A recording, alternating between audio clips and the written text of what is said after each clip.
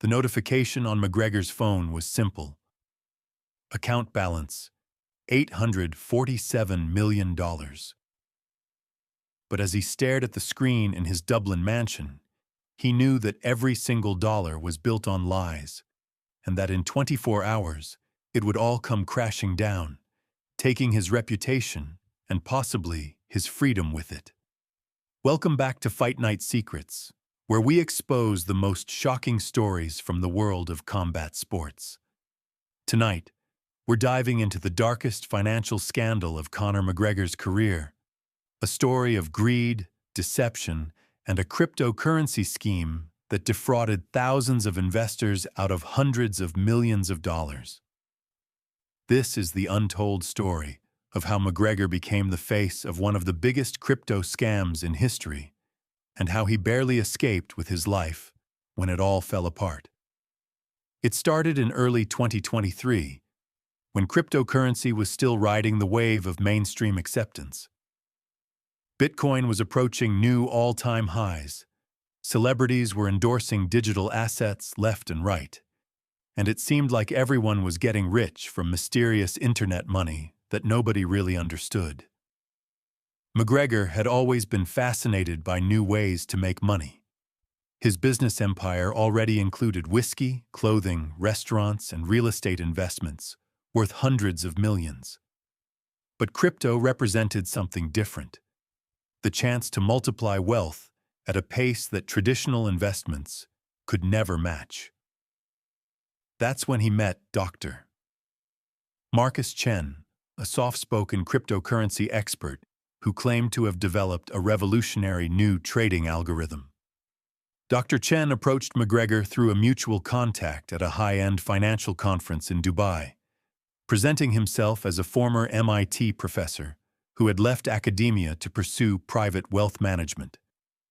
Mr. McGregor, Dr. Chen said during their first meeting at the Burj Al Arab Hotel, traditional investment strategies are becoming obsolete. The real money in crypto isn't in buying and holding, it's in algorithmic trading that can execute thousands of transactions per second, taking advantage of price differences across multiple exchanges. Dr. Chen's presentation was impressive, charts showing consistent returns of 15 to 20% per month, testimonials from wealthy clients who had supposedly turned millions into tens of millions. A sophisticated trading platform called Quantum Trade that used artificial intelligence to predict market movements with uncanny accuracy. The beauty of this system, Dr. Chen explained, is that it's completely automated. You invest your money, the algorithm does the work, and you collect profits every month like clockwork. No stress, no timing the market, no emotional decision-making. McGregor was intrigued, but he wasn't naive. He had his financial advisors thoroughly investigate Dr. Chen and his company, Quantum Financial Solutions. Everything checked out, or at least, everything appeared to check out. Dr. Chen had legitimate credentials, registered business entities, and impressive offices in Singapore and London. What McGregor didn't know was that every document, every credential, every reference had been carefully fabricated by a team of professional con artists who specialized in targeting high-net-worth individuals. McGregor started with a test investment of $10 million. Within the first month, his account showed a return of 18%, adding $1.8 million to his initial investment. The second month brought another 22% return. By the third month, McGregor was convinced he had found the holy grail of investing. "This is incredible," he told his business manager David Sullivan. "We're making more money in a month than some of our traditional investments make in a year." David was more skeptical. "Conor, returns like this don't exist without enormous risk. Are you sure we understand what we're getting into?"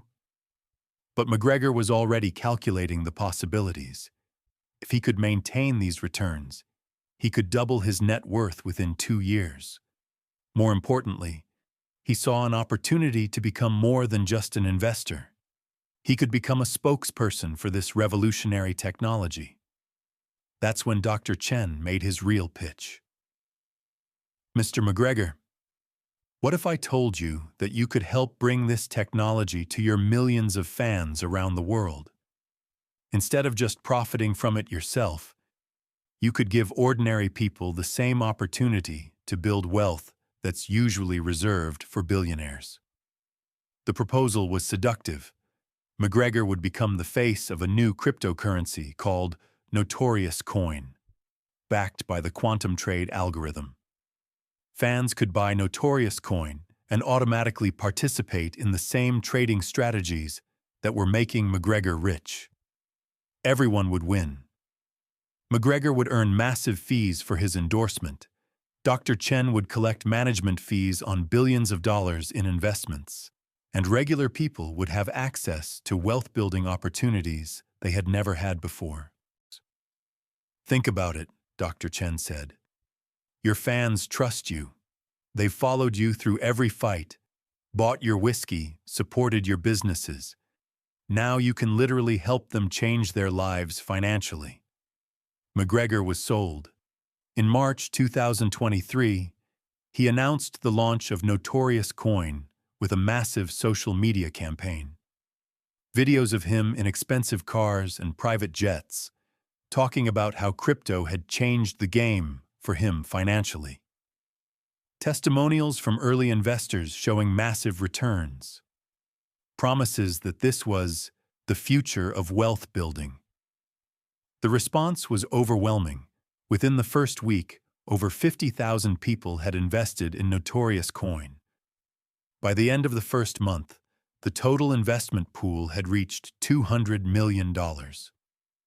McGregor's personal account showed a balance of $85 million, most of it in profits from the trading algorithm. But behind the scenes, a very different story was unfolding. Dr. Marcus Chen was not a former MIT professor. He was a convicted fraudster named Michael Chang, who had spent 5 years in federal prison for running investment scams. The quantum trade algorithm didn't exist. The impressive returns that early investors were seeing were simply new investor money being used to pay fake profits to earlier investors, the classic structure of a Ponzi scheme. The first red flag came in month 4, when some of the larger investors tried to withdraw significant amounts of money. Suddenly, there were delays, technical problems, and excuses. Dr. Chen explained that the trading algorithm was being upgraded and that withdrawals would be temporarily suspended to protect investor funds during the transition. McGregor began to worry, but Dr. Chen assured him that everything was fine. These are just growing pains, Mr. McGregor. When you're managing this much money, you have to be extra careful about security and compliance. By month 6, the NotoriousCoin investment pool had grown to over $500 million. McGregor's personal balance showed $127 million. But the withdrawal problems were getting worse, and angry investors were starting to flood social media with complaints. That's when McGregor hired an independent forensic accountant to audit the quantum trade system. What the accountant discovered was devastating. There was no trading algorithm, no investment strategy, no legitimate business operation of any kind. The entire system was a sophisticated fraud designed to steal money from investors.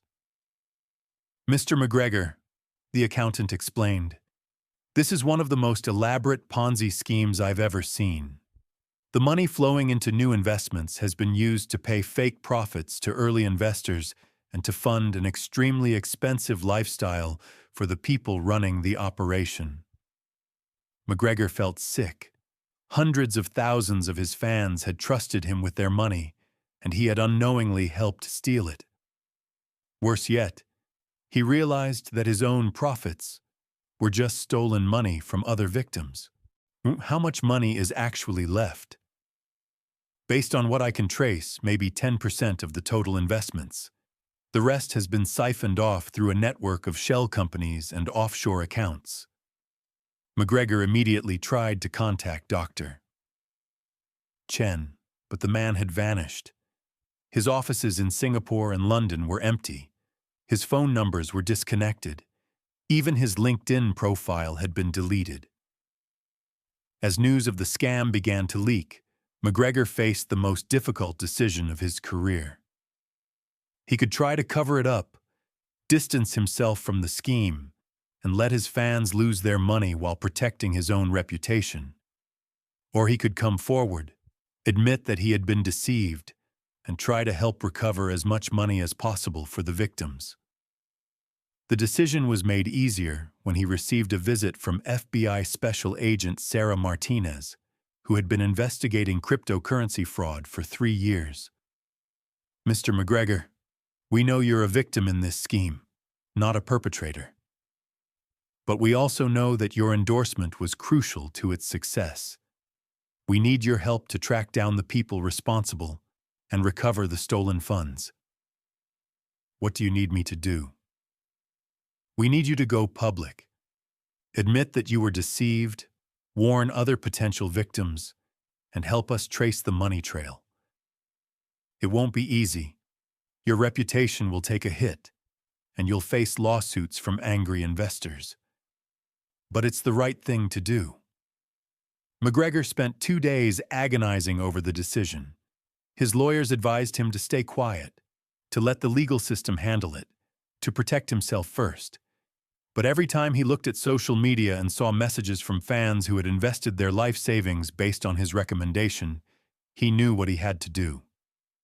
The press conference he held was one of the most difficult moments of his public life.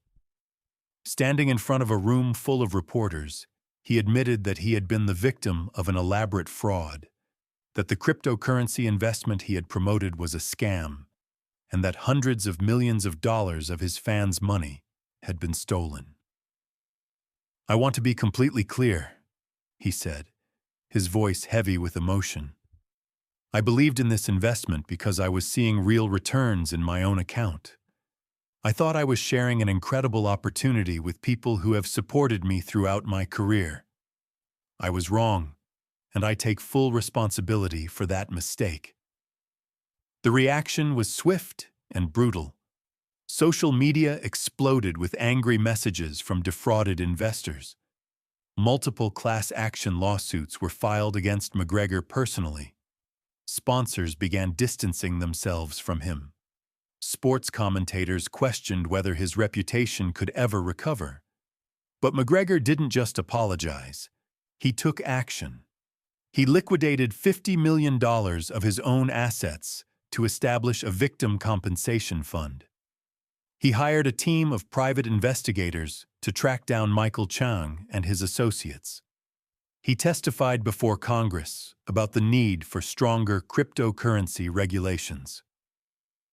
The investigation that followed was one of the most complex financial crime cases in FBI history. Michael Chang was eventually tracked down to a compound in the Philippines, where he had been living under an assumed identity. When authorities raided the compound, they found evidence of multiple ongoing fraud schemes targeting victims around the world. Chang's arrest led to the discovery of a criminal network that had operated similar scams across Asia, Europe, and North America. Over $2 billion in investor funds had been stolen through various schemes, all using the same basic playbook: create fake credentials, target celebrities for endorsements, use early investor money to pay fake returns, and disappear when the scheme became unsustainable. The recovery process was long and complicated. Through asset seizures, international cooperation, and McGregor's Victim Compensation Fund, investigators were able to recover approximately 40% of the stolen funds. It wasn't everything, but it was more than victims of most Ponzi schemes ever see. Michael Chang was sentenced to 25 years in federal prison. His associates received sentences ranging from 10 to 15 years. The entire criminal network was dismantled, preventing them from victimizing additional people. McGregor's reputation did recover, but it took time. His willingness to take responsibility, to sacrifice his own money to help victims, and to actively assist in the investigation earned him respect from law enforcement and eventually from the public. The fact that he had also been a victim, manipulated by sophisticated criminals, helped people understand that even successful, intelligent people could fall for well-designed scams. A year after the scandal broke, McGregor established the McGregor Foundation for Financial Literacy, which provides education about investment fraud and cryptocurrency scams. The foundation has trained over 100,000 people to recognize and avoid fraudulent investment schemes. McGregor returned to fighting 6 months after the scandal broke, but he was a changed man. The experience had taught him that true wealth isn't just about accumulating money. It's about building something sustainable and legitimate that doesn't harm other people. In his first post-scandal fight, he dedicated his victory to the victims of the cryptocurrency fraud. "This one's for everyone who trusted me and got hurt," he said in his post-fight interview. "I can't give you back everything you lost, but I can promise you that I learned from this mistake, and I'll never stop trying to make it right." The crypto scam that almost destroyed McGregor's career ultimately became the catalyst for his most meaningful legacy. Not as a fighter, not as a businessman, but as someone who had the courage to admit his mistakes and work to fix them. Sometimes the most important victories happen outside the octagon. Sometimes being a true champion means taking responsibility for your failures and fighting to make things right for the people who believed in you. And sometimes the greatest test of character isn't how you handle success, it's how you handle the moment when everything falls apart. And you have to choose between protecting yourself and protecting the people who trusted you. McGregor chose to protect his fans, even when it cost him everything. And that choice, more than any championship belt, defined who he really was.